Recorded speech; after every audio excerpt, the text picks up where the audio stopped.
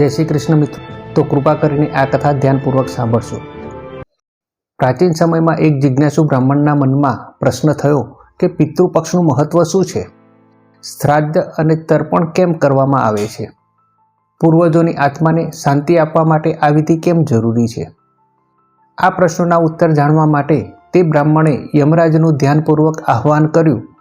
તેની સાચી શ્રદ્ધા જોઈને યમરાજ પ્રગટ થયા। બ્રાહ્મણને પ્રણામ કરીને વિનમ્ર સ્વરે કહ્યું, હે ધર્મરાજ, પિતૃપક્ષ એટલો મહત્વનો કેમ છે? શું ખરેખર શ્રાદ્ધ અને તર્પણથી પૂર્વજોને શાંતિ મળે છે? યમરાજે ગંભીરતાપૂર્વક ઉત્તર આપ્યો, હે બ્રાહ્મણ, પિતૃપક્ષ એ પવિત્ર સમય છે જ્યારે સંતાન પોતાના પિતૃઓ પ્રત્યે કૃતજ્ઞતા દર્શાવે છે। શ્રાદ્ધ અને તર્પણથી તેઓ તૃપ્ત થાય છે અને મુક્તિ પામે છે। આનું મહત્વ સમજાવવા હું તને એક પ્રાચીન કથા સંભળાવું છું જે ગરુડ પુરાણમાં વર્ણવેલી છે। મધ્યપ્રદેશમાં ધન શર્મા નામના એક સગુણી બ્રાહ્મણ રહેતા હતા। તેઓ સત્યનિષ્ઠ અને ભગવાન વિષ્ણુના પરમ ભક્ત હતા। એક દિવસ શ્રાદ્ધ માટેની સામગ્રી લેવા તેઓ જંગલમાં ગયા। ત્યાં તેમણે અચાનક 3 ભયાનક પ્રેતોને જોયા। તેમના શરીર હાડકા જેવા દુર્બળ, આંખો અગ્નિ સમાન લાલ અને વાળ વિખેરાયેલા હતા। પરંતુ ધન શર્મા ભગવાનમાં અડગ વિશ્વાસ રાખતા હોવાથી ડર્યા નહીં।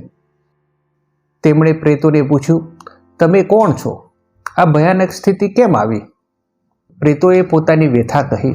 પ્રથમ પ્રેત કૃતજ્ઞે કહ્યું, મેં ક્યારેય મારા પિતૃઓનું શ્રાદ્ધ તર્પણ કર્યું નહીં। મારા માતા પિતા અને ગુરુજનનું અનાદર કર્યું છે, તેથી મરણ પછી મને પ્રેત યોનિ મળી। બીજો પ્રેત વિદ્વત બોલ્યો, હું પહેલાં હરિવીર નામનો રાજા હતો। અહંકારી અને નાસ્તિક હતો। દેવપૂજા, દાન, બ્રાહ્મણ, સન્માન ક્યારેય ન કર્યું, તેથી મને આ દુર્ગતિ મળી છે। ત્રીજો પ્રેત વૈષ્ણવ ગૌતમ બોલ્યો, હું બ્રાહ્મણ હતો, પરંતુ ક્યારેય પિતૃપક્ષમાં શ્રાદ્ધ ન કર્યું, તેથી મારી આત્મા ભટકી રહી છે। તેમની વાત સાંભળી ધન શર્માના હૃદયમાં દયા જાગી। ગૌતમ પ્રેત બોલ્યા, મારો પુત્ર આજે જીવિત છે। જો તે પિતૃપક્ષની અમાવસ્યાએ શ્રાદ્ધ કરશે તો અમારો ઉદ્ધાર થશે। તેનું નામ ધન શર્મા છે। આ સાંભળીને બ્રાહ્મણ રડવા લાગ્યા અને બોલ્યા, હે પિતાશ્રી, હું જ તમારો પુત્ર ધન શર્મા છું।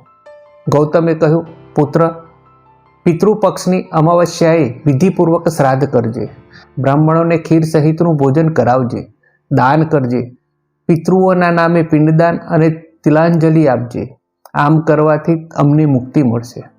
ધન શર્માએ ઘેર જઈને શ્રાદ્ધની તૈયારી કરી।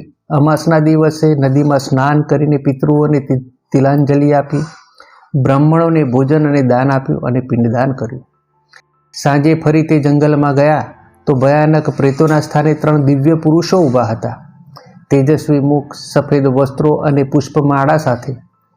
તે તેમના પિતા ગૌતમ અને બીજા 2 હતા। તેઓએ આશીર્વાદ આપ્યા, પુત્ર, તારી શ્રદ્ધાથી અમને પ્રેત યોનિમાંથી મુક્તિ મળી। હવે અમે પિતૃલોક જઈએ છીએ। તું સુખી રહેજે, દીર્ઘાયુષ્ય પામજે। અલૌકિક રથ આવી 3 આત્માઓને લઈને પિતૃલોક લઈ ગયો। યમરાજે બ્રાહ્મણને કહ્યું, હે બ્રાહ્મણ, ધન શર્માએ શ્રાદ્ધ તર્પણના પુણ્યથી પોતાના પિતાનું તથા અન્ય પિતૃઓનો ઉદ્ધાર કર્યો છે, તેથી પિતૃપક્ષમાં શ્રાદ્ધ કરવું અત્યંત આવશ્યક છે। આથી પિતૃ પ્રસન્ન થાય છે, સંતાનને દીર્ઘાયુષ્ય, સંપત્તિ અને સુખ સમૃદ્ધિ મળે છે। આ કથા આપણને શીખવે છે કે પૂર્વજ પ્રત્યે કૃતજ્ઞતા વ્યક્ત કરવી જોઈએ। પિતૃપક્ષમાં શ્રાદ્ધ, તર્પણ અને દાન કરવાથી પિતૃઓની આત્માને શાંતિ મળે છે।